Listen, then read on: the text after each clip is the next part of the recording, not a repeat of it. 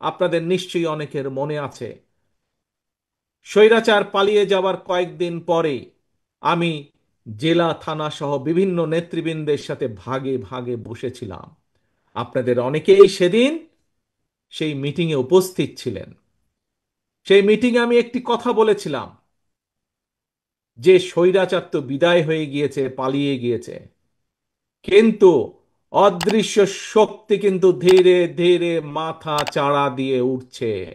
মনে আছে আপনাদের? এই কথাটি আমি বিভিন্ন সময় বলেছি, আজকে থেকে প্রায় 1 বছর আগে। আপনারা বহু মানুষ সেদিন সেখানে উপস্থিত ছিলেন। প্রিয় সহকর্মীবৃন্দ,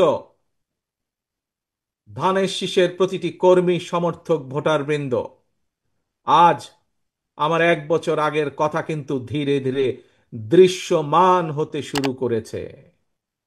আজকে যদি দেশের স্বার্থের কথা আমরা বিবেচনা করি, দেশের মানুষের অধিকারকে, সেটি রাজনৈতিক অধিকার, দেশের মানুষের অর্থনৈতিক অধিকার যদি প্রতিষ্ঠিত করতে হয়, যা শহীদ রাষ্ট্রপতি জিয়াউর রহমান উন্নয়ন উৎপাদনের রাজনীতি শুরু করে গিয়েছিলেন, যে রাজনীতি দেশনেত্রী খালেদা জিয়া যে ভবিষ্যৎ প্রজন্মের জন্য নারী শিক্ষা সহ গণতন্ত্রের যে অগ্রযাত্রা শুরু করে গিয়েছিলেন, সেই অগ্রযাত্রাকে, উন্নয়ন এবং শিক্ষা এবং গণতন্ত্রের অগ্রযাত্রাকে যদি ধরে রাখতে হয়, যদি সামনের দিকে এগিয়ে যেতে হয়, আমাদের আর আজকে বসে থাকার সময় নেই। প্রিয় সহকর্মীবৃন্দ, বিএনপির প্রতিটা নেতা কর্মীকে আজ যে কোনো মূল্যে, আমি জানি বিশাল দল আমাদের, বিশাল দল, স্বৈরাচারের আমলে প্রায় 50 লক্ষেরও বেশি নেতাকর্মীর নামে মিথ্যে মামলায় ছিল আমাদের দলের।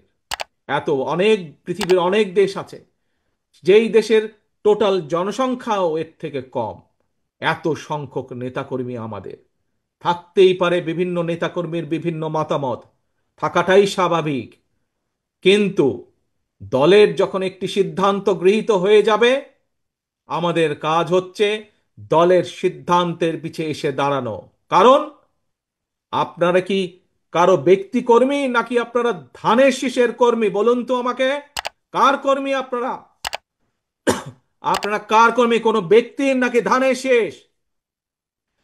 ধানের শীষের কর্মী আপনারা, জাতীয়তাবাদী শক্তির কর্মী আপনারা।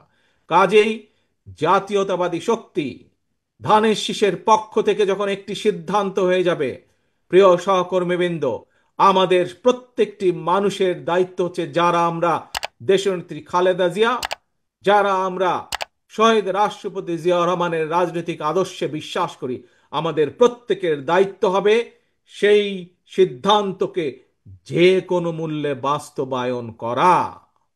এবং আজকে যেমন আপনারা সকলে ঐক্যবদ্ধভাবে এই সম্মেলনকে আপনারা সফল করলেন, আমরা যদি আগামী ফেব্রুয়ারি মাস পর্যন্ত প্রত্যেকটি নেতা কর্মী এরকম ইস্পাতের মতন ঐক্যবদ্ধ থাকতে পারি, তাহলে আজ যেমন একটি সফল সম্মেলন অনুষ্ঠিত হলো, ইনশাল্লাহ আমরা একটি সফল জনরায় আমাদের পক্ষে আনতে সক্ষম হব। প্রিয় সহকর্মীবৃন্দ, প্রিয় ভাই বোনেরা, সহকর্মীবৃন্দ, আরেকটি গুরুত্বপূর্ণ কথা আমি আপনাদের সামনে তুলে ধরতে চাই। একটি যেরকম কথা হচ্ছে, ঐক্যবদ্ধ থাকতে হবে আমাদেরকে। মতামত আগেই বলেছি, হতে পারে বিভিন্ন মানুষের বিভিন্ন মতামত, কিন্তু একটি পরিবারে যখন পরিবারের মুরব্বী একটি সিদ্ধান্ত নিয়ে নেয়, পরিবারের সকল সদস্য সেই সিদ্ধান্তের পিছনে এসে দাঁড়িয়ে যায়, সেই সিদ্ধান্তকে বাস্তবায়ন করে। বিএনপি একটি বিশাল পরিবার, লক্ষ কোটি এই পরিবারের সদস্য সংখ্যা, কিন্তু বিএনপির নীতি নির্ধারক মণ্ডলী হচ্ছে এই পরিবারের সদস্য। সেই মুরব্বী, সেই পরিবারের মুরব্বী, এই বিএনপির মুরব্বী নীতি নির্ধারক মণ্ডলী, সেই নীতি নির্ধারক মণ্ডলী যখন দলের পক্ষে, একটি দলের জন্য একটি সিদ্ধান্ত নেবেন, সেই সিদ্ধান্তের পিছে প্রত্যেকটি সদস্যকে এসে ঐক্যবদ্ধ হয়ে দাঁড়াতে হবে। এটি যেরকম একটি গুরুত্বপূর্ণ, আরেকটি গুরুত্বপূর্ণ বিষয়, অত্যন্ত গুরুত্বপূর্ণ বিষয়, যেই কথাটা আমি বার বার বার বার বলে এসেছি। প্রিয় সহকর্মীবৃন্দ, আমাদের সকলকে সচেতন থাকতে হবে। আমাদের প্রত্যেকটি মানুষ শহীদ জিয়া এবং দেশনেত্রী খালেদা জিয়ার প্রত্যেকটি সৈনিককে আমাদের অত্যন্ত সচেতন থাকতে হবে।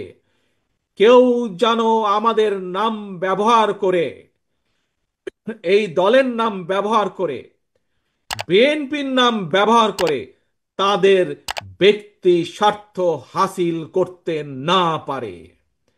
কেউ যেন আমাদের নাম ব্যবহার করে জনগণের মধ্যে আমাদের সম্পর্কে বিভ্রান্তি ছড়াতে না পারে। এই ব্যাপারে আপনাদের প্রত্যেককে দায়িত্ব গ্রহণ করতে হবে, প্রত্যেককে কর্তব্য পালন করতে হবে আপনাদেরকে, যাতে করে দলের কোনো বিভ্রান্তি কেউ ছড়াতে না পারে দলের সম্পর্কে জনগণের মাঝে।